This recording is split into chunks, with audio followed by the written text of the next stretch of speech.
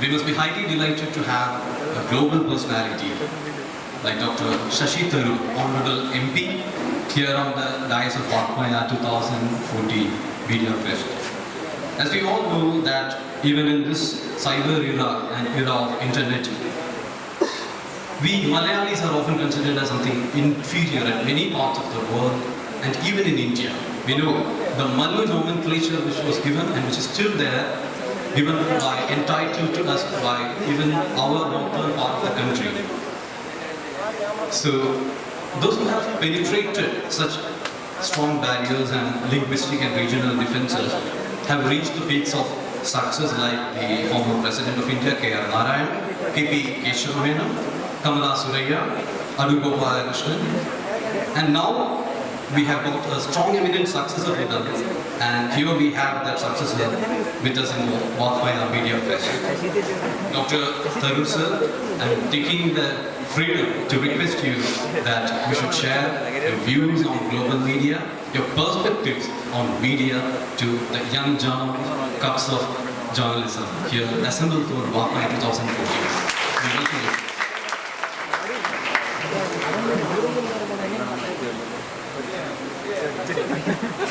Thank you very much. Good morning. I'm sorry for this abrupt intrusion into your ongoing panel, but I had a number of meetings this morning and I had told the organizers I couldn't guarantee what time I would get here. So I'm just here for a few minutes. I was invited to address you in English rather than in Malayalam. So we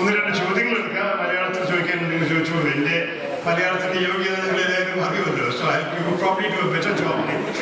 But let me tell you a few words. It's going to be an interesting time in the global scene because the global media is going through transformations where we don't for once have an immediate implication for India. I'll give one example. Newspapers and the print media generally are in a state of decline in the developed world, whereas in India we are growing and proliferating. So in a country like the United States, a 200-year-old newspaper like the Boston Globe has closed for good. There are other newspapers with a long tradition, world-famous reputations, which are facing imminent bankruptcy. The famous Washington Post was only saved by the intervention of the founder of Amazon.com, who used the money he has made from internet sales or sales of shares in an internet company to buy a print newspaper. And this is the supreme irony, because the reason the print newspapers are in trouble is that the internet has eaten considerably into their revenue model. In the Western world, television did not damage print newspapers and magazines. It damaged those magazines that offered entertainment, feature stories, short stories, because now no one sits at home and reads a short story in a magazine, they watch a show on television instead. But television could not compete with print newspapers and magazines for serious, in-depth reporting. However, the internet can, and the internet has come in and it has actually transformed newspaper business in two ways. First, by offering direct competition in terms of detailed, lengthy information pieces. But secondly, by affecting the revenue model of newspapers directly. How do newspapers survive? Not by the selling cost of the newspaper, which is always below the actual cost of the paper itself. The newspaper survives through advertising.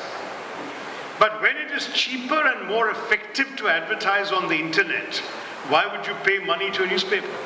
Classified advertising at one point in most newspapers occupied multiple pages. Today you'll barely get half a page of classified advertising in an American paper because everyone will go on the internet and buy anything they want to buy. They don't need to look at a tiny print in a New York Times. If they can see a photograph on the internet, they can click on it, they can zoom on it, they can see various options, they can see comparative prices. That has changed the actual way in which the internet has affected advertising. Amazon.com, Craigslist, eBay. No one advertises newspapers anymore, they buy off the internet. And because in the Western world, internet penetration is above 92% in most countries, everybody is using that medium and not the print media. So newspapers are becoming more and more unviable. The New York Times is barely breaking even. Every other newspaper is running a loss. And newspapers can only survive if they are part of larger conglomerates which are able to finance their losses. Magazines, the same thing is happening. A venerable, successful global magazine like Newsweek has closed. Yes, somebody is trying to revive it now, but it doesn't have much of a future. When it closed, there was not even one advertisement in the magazine, not one. Whereas when I was your age, you would find Newsweek was a thick publication, back cover, inside cover, full page, half page, all sorts of ads were being sold. Today, no one wants to advertise in a magazine. It serves no purpose. Time magazine, where my son worked, both my sons have been journalists like you. One worked, they both did their graduation at Yale University and went straight into internships in publications. One son interned at Time magazine in Hong Kong. He did well enough that they hired him directly, and he was a correspondent covering Southeast Asia from Hong Kong for 3 years, during which time he even got cover stories in the magazine on Manila, on Nepal's civil war. He was even sent to Mumbai after 26/11 to help cover the terrorism story. And then they promoted him to New York. He spent 3 more years with Time magazine in New York. And then the Washington Post has stolen him with Jeff Bezos' money. So he's writing on foreign affairs for the Washington Post. His name is Shashi Tharoor. And my other son, Kanishk, worked for a left-of-center media outlet in London called Open Democracy, became a bit of an expert on terrorism, published a number of pieces, but then he decided that he didn't want to be a journalist, so he went off to academics, and now he's becoming a novelist. He's published short stories and he's writing a novel. But anyway, both my children live by their words, so I appreciate what they're trying to do, and I appreciate the profession that you are trying to join. I also have to tell you that personally, I am the son of the newspaper business. My father spent his entire working life in newspapers and magazines. The Statesman newspaper in London, in Bombay, in Calcutta, then the Patriot in Delhi, then the Reader's Digest in Bombay. So I grew up literally with newspaper ink flowing through my veins. My father would bring 6 or 7 newspapers a day to the house, and I would read them every day. From my childhood to the age of 6 or 7, I was growing up on newspapers. So I have a very passionate feeling about the media.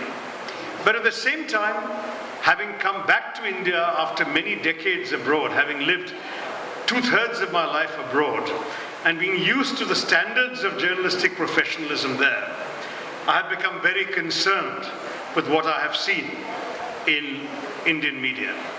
And the villain of the piece in Indian journalism is beyond question television journalism. Television journalism has completely changed the standards of Indian journalistic professionalism. First of all, there is the passionate quest for TRPs, the need for breaking news.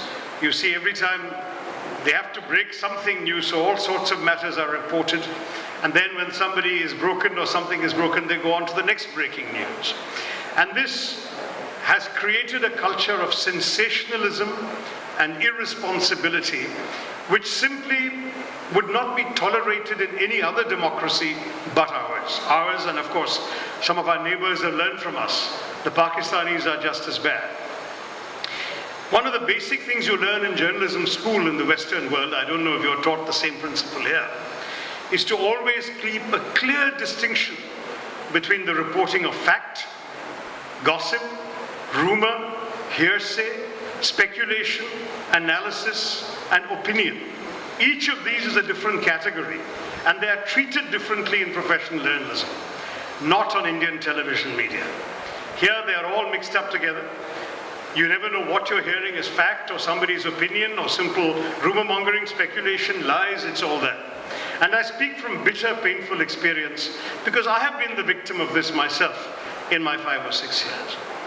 And having had to experience the indignity and humiliation of being lied about repeatedly and with impunity, Because in every single case the stories have been lies. There have not been one reason whatsoever to do this. But when I go to a lawyer and say, what do? Can I sue these people? I'm told, don't even bother. You will expend all your energy and money in suing them, but the case won't even come up for hearing in the courts for 5 years. And that's indeed what has happened. So we have created a culture of media unprofessionalism which masquerades as journalism. And to my mind, as a public servant, my political career is not important for me as a human being. I have been a human being first and a politician later. And one day I will be, as I'm an ex-minister, I'll be an ex-MP and an ex-politician. But I hope I'll always remain a human being and always remain a concerned writer and public figure. To my mind, the debasement of the public culture of our country is a matter of great worry. When you look back on our long history in civilization, when you read, and I'm sure there are Malayalam translations, I've read them in English translations, the ancient texts, the Puranas, the Upanishads, the philosophical inquiry, the argument, the discussions, the high standard of intellectual achievement that was always the hallmark of Indian culture. From about 500 BC to about 1000 AD, that was what India was famous for. When Nalanda University was set up, students came from all over the world to study in India. India was what the USA has become today, as the intellectual center of the world. Students came from China, from Japan, from Korea, even as far west as Turkey, to study at Nalanda University. We had the biggest library in the world, 11 stories tall, in 700 AD, when people hadn't even dreamed about Oxford and Cambridge. But today, where have we? We have reduced ourselves to academic mediocrity, and our journalism no longer serves the quality of public discourse we need. Is it too much to expect that they would reform themselves? Very frankly, I believe so. There are always exceptions. In every sensationalist channel, there are some good journalists and good producers. In every irresponsible media outlet, there is a hardworking, sincere person who has something to say. In every channel that may broadcast a bad story, the same channel may have somebody broadcasting a good story. I've been very impressed with some of the stories I've seen. One of the Kerala channels has even given an award to people who report a story that actually gets no TRPs, does no breaking news, but is of social importance. And that award I gave away a couple of years ago, and I was very, very happy that a Kerala television channel is recognizing the importance of actually honoring and recognizing the kind of serious journalism that is sadly a minority pursuit in our profession. But I would urge you all, you're studying journalism, I hope that you will come in with a conscience. I hope you will come in because you believe that in a free democracy we need a free media. We need a media that contributes effectively to public understanding, that contributes effectively to freedom of thought and expression, a media that builds our democracy, not a media that is only concerned about the commercial bottom line, that will sell its grandmother for a headline today and a TRP tomorrow. That is shameful. As a human being, how can you want to associate yourself with a profession like that? And in Kerala particularly, a profession which, if not driven purely by commerce, is then driven by politics. So there are some channels whom you know will be guaranteed to attack you and lie about you because their political allegiance is to a particular party. How can you respect a channel like that? Why would you want to give them an interview? Ultimately, what is lacking in all this talk about politicization of Kerala is anyone saying that the larger interest is the public interest, is the institution of our democracy, is the institution of the future of India. If you are all coming into journalism and all you're concerned with is getting a headline or a TRP, I believe you're doing yourself a disservice and our society a disservice. Think of yourself as the custodians of our democracy. Journalists can rightly question politicians, rightly wonder where taxpayers' money is being misspent or wrongly used, rightly expose corruption, rightly expose wrongdoing, but do it with responsibility. Verify your sources.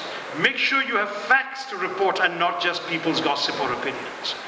If you come with that kind of professional orientation, you will be doing a service to society. You will be helping build a new India of the future. I wish you all very, very good luck as you go on to your professions. Nandi, namaskaram, jai hind. ഒന്ന് രണ്ട് ചോദ്യങ്ങളുണ്ടെങ്കിൽ ഞാൻ എടുക്കാം, either Malayalam or English. Unfortunately, I'm late for my next function already. ക്ഷമിക്കണം. വല്ലവർക്കും വല്ലതും ചോദിക്കാനുണ്ടോ? ഞാൻ പറഞ്ഞതിൽ വല്ല അഭിപ്രായമുണ്ടോ? ബാക്കിൽ ഒരു കൈ കെട്ടിയില്ല. Well, I hope that means you all agree with me. Or is it that you didn't understand me? എന്താണ് സത്യം? ഞാൻ പറഞ്ഞത് മനസ്സിലായോ? ഇല്ല? Yes, okay. അപ്പോൾ അതിനെക്കുറിച്ചൊന്നും ചോദിക്കാനോ പറയാനോ ഉണ്ടോ? അഭിപ്രായം പറയാനുണ്ടോ? അഗ്രിമെന്റ് ഉണ്ടോ? ഡിസഗ്രിമെന്റ് ഉണ്ടോ?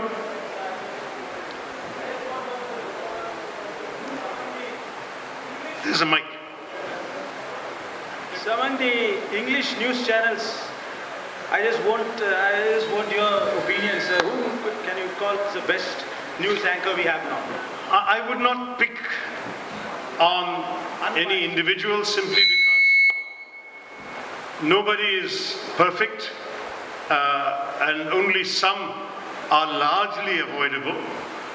I would say that the hallmark of a good news anchor would be somebody who is, first of all, professional and interesting to listen to and watch. Secondly, is unbiased and is willing to listen to all sides of a debate, rather than somebody who comes into a debate in order to push a particular agenda, whether a political agenda or a personal agenda. Third, a good anchor is one who listens to what other people has to say, rather than interrupting all the time and giving his view, which, as you know, is very common practice in Indian television. And finally, somebody whose purpose in doing the discussion is to come up with a broader understanding of the truth, or of the many dimensions of the truth and the many points of view about the truth. I don't have a monopoly of the truth, nor does the television anchor have a monopoly of the truth. The television anchors act as if they know everything. They don't. Usually know that they know less than 1% of the subject they're talking about, but they talk as if they know everything, and they sit in judgment on people who know much more. So at least if they're going to call people on their channel who have intelligent things to say, let them say it. Listen to them. If necessary, find another expert with an opposing point of view. A television anchor who does that and does it consistently would be worth watching. A television anchor who comes with a political bias or a personal bias, who pushes a particular agenda, who is interested only in the TRPs or the sensationalism or attacking people, who interrupts the speakers. Such anchors are very, very many of various kinds, and those should be avoided. Thank you. Anyone else? Yes. So for the first time in the history of Time magazine, a non-American was appointed as the international editor. I'm talking about Bobby Ghosh. So how do you see the situation? Well, Bobby has left Time magazine. Yeah, but how Indians are readily available for international magazines such as Time? നമ്മുടെ ഭാരതീയർ ഈ അന്താരാഷ്ട്ര മാധ്യമങ്ങളിൽ വരുമ്പോൾ ഇപ്പം അദ്ദേഹം ഇല്ല. അപ്പം അത് ഒരു ഗുഡ് സൈൻ ആണോ മീഡിയ സ്റ്റുഡൻസിനും മറ്റും? അല്ല, ഇവരുടെ അനുഭവം എൻ്റെ അഭിപ്രായത്തിൽ ഒരു പേഴ്സണൽ അനുഭവമാണ്. അവർ വിദേശത്തിൽ പഠിച്ചിട്ടുണ്ടാവും, അല്ലെങ്കിൽ വിദേശത്ത് ജോലി ചെയ്തിട്ടുണ്ടാകും. അവിടെ ഇവരൊപ്പം പരിചയം വന്നിട്ടാണ് അവിടെ ജോലി എടുത്തിരിക്കുന്നത്. അതിൻ്റെ അർത്ഥം എൻ്റെ മകൻ എന്തുകൊണ്ടാണ് ടൈം മാഗസിൻ പോയത്? അവൻ അമേരിക്കയിൽ വളർന്നത്. ഞാൻ യുണൈറ്റഡ് നേഷൻസിൽ പ്രവർത്തിക്കുമ്പോൾ അവൻ ന്യൂയോർക്കിലായിരുന്നു. അവൻ്റെ കുട്ടിക്കാലവും അവൻ്റെ കോളേജും ഒക്കെ അമേരിക്കയിലായിരുന്നു. അതുകൊണ്ട് അവിടെ പഠിച്ചിട്ട് അവിടേക്ക് പോയി. പക്ഷേ നിങ്ങൾക്കറിയാം, ഒന്ന് രണ്ട് ഇന്ത്യൻ അമേരിക്കൻ ജേർണലിസ്റ്റ് പ്രസിദ്ധപ്പെട്ടവർ ഇന്ത്യക്ക് തിരിച്ചു വന്ന് കുറച്ച് വർഷം വഴി ഇരുന്നിട്ടുണ്ട്. രാജു നെറിസെറ്റിയാണ് വാൾ സ്ട്രീറ്റ് ജേർണലിൽ പ്രവർത്തിച്ച ശേഷം ഇന്ത്യയിൽ വന്നിട്ട് mint newspaper, business news പേപ്പറാണ് ഡൽഹിയിൽ ഹിന്ദുസ്ഥാൻ ടൈംസ് ടേബിളുടെയാണ്. അതിനെ ഫൈൻഡ് ചെയ്ത് എസ്റ്റാബ്ലിഷ് ചെയ്തു, എഡിറ്റ് ചെയ്തു. എന്നിട്ട് 3 വർഷം കഴിഞ്ഞിട്ടാണ് വാൾ സ്ട്രീറ്റ് ജേർണലിലേക്ക് തിരിച്ചു പോയത്. അപ്പം അങ്ങനെയും ഒരു ഇൻ്റർനാഷണൽ ഇന്ത്യൻ കണക്ഷൻ കണ്ടിന്യൂ ചെയ്തുകൊണ്ടിരിക്കുന്നത്. പക്ഷെ ഇപ്പം നമ്മൾ നോക്കിയാൽ അമേരിക്കൻ ജേർണലിസത്തിൽ എല്ലാ മാധ്യമങ്ങളിലും ഇന്ത്യക്കാരെ കാണാൻ സാധിക്കും.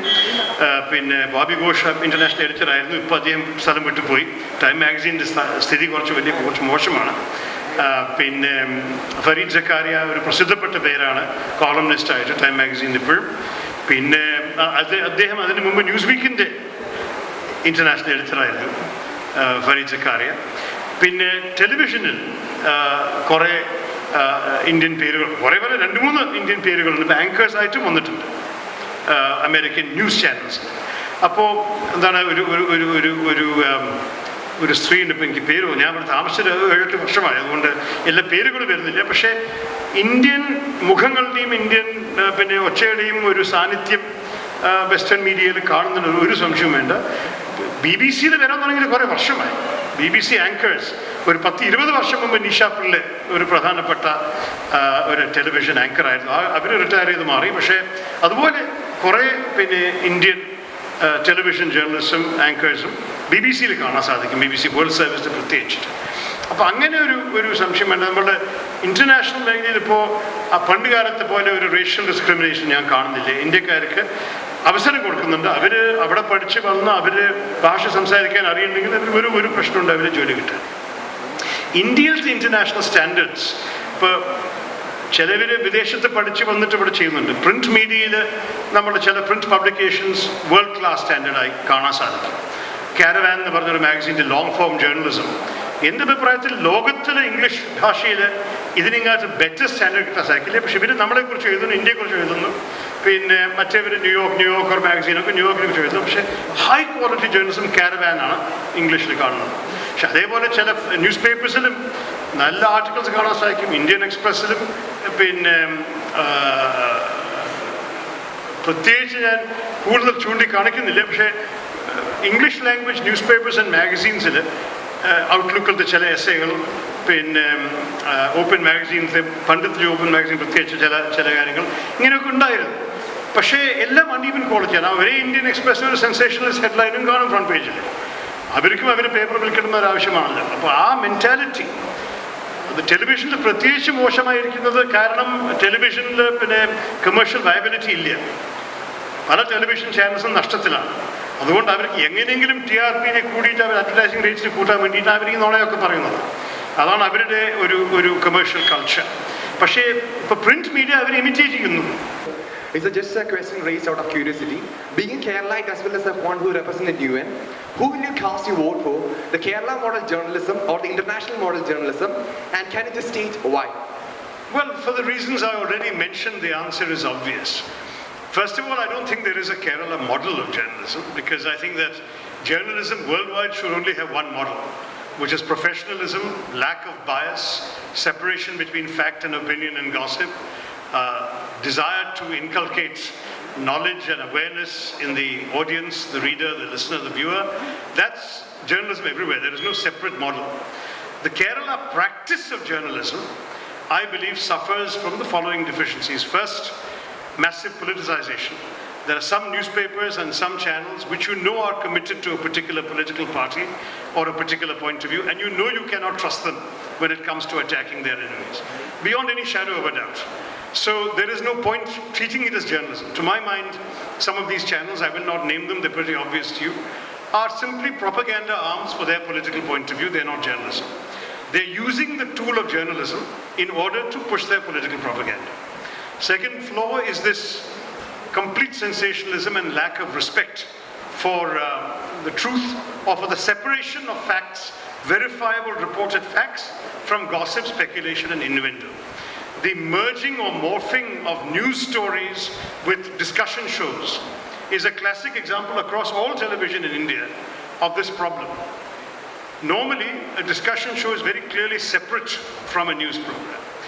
In Kerala and India, the announcement of a news item becomes the excuse for all sorts of speculation, exaggeration, bias, which in most other countries would actually be actionable in a court of law for libel or slander. But here in India, as I said, the legal option is not available.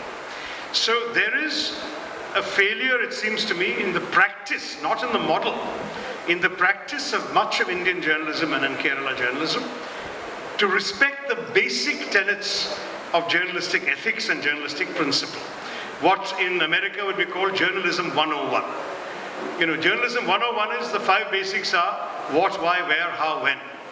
That no story is complete without starting explaining what has happened, why it has happened, how it has happened, when it happened, and where it has happened. These facts should be there, just the basic facts.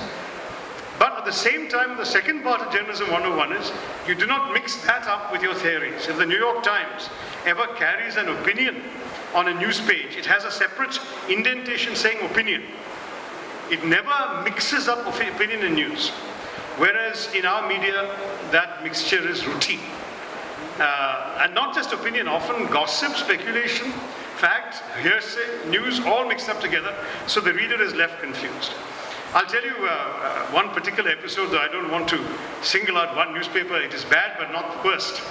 Somebody said, there was a time when my father would not believe something until it was printed in the Times of India. Today, he does not believe something if it is printed in the Times of India.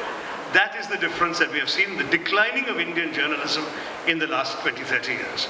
So, with all respect, there are some channels in Kerala which I have, frankly, the word I would use is contempt for, because of what I have seen on their abysmally biased and poor standards of reporting.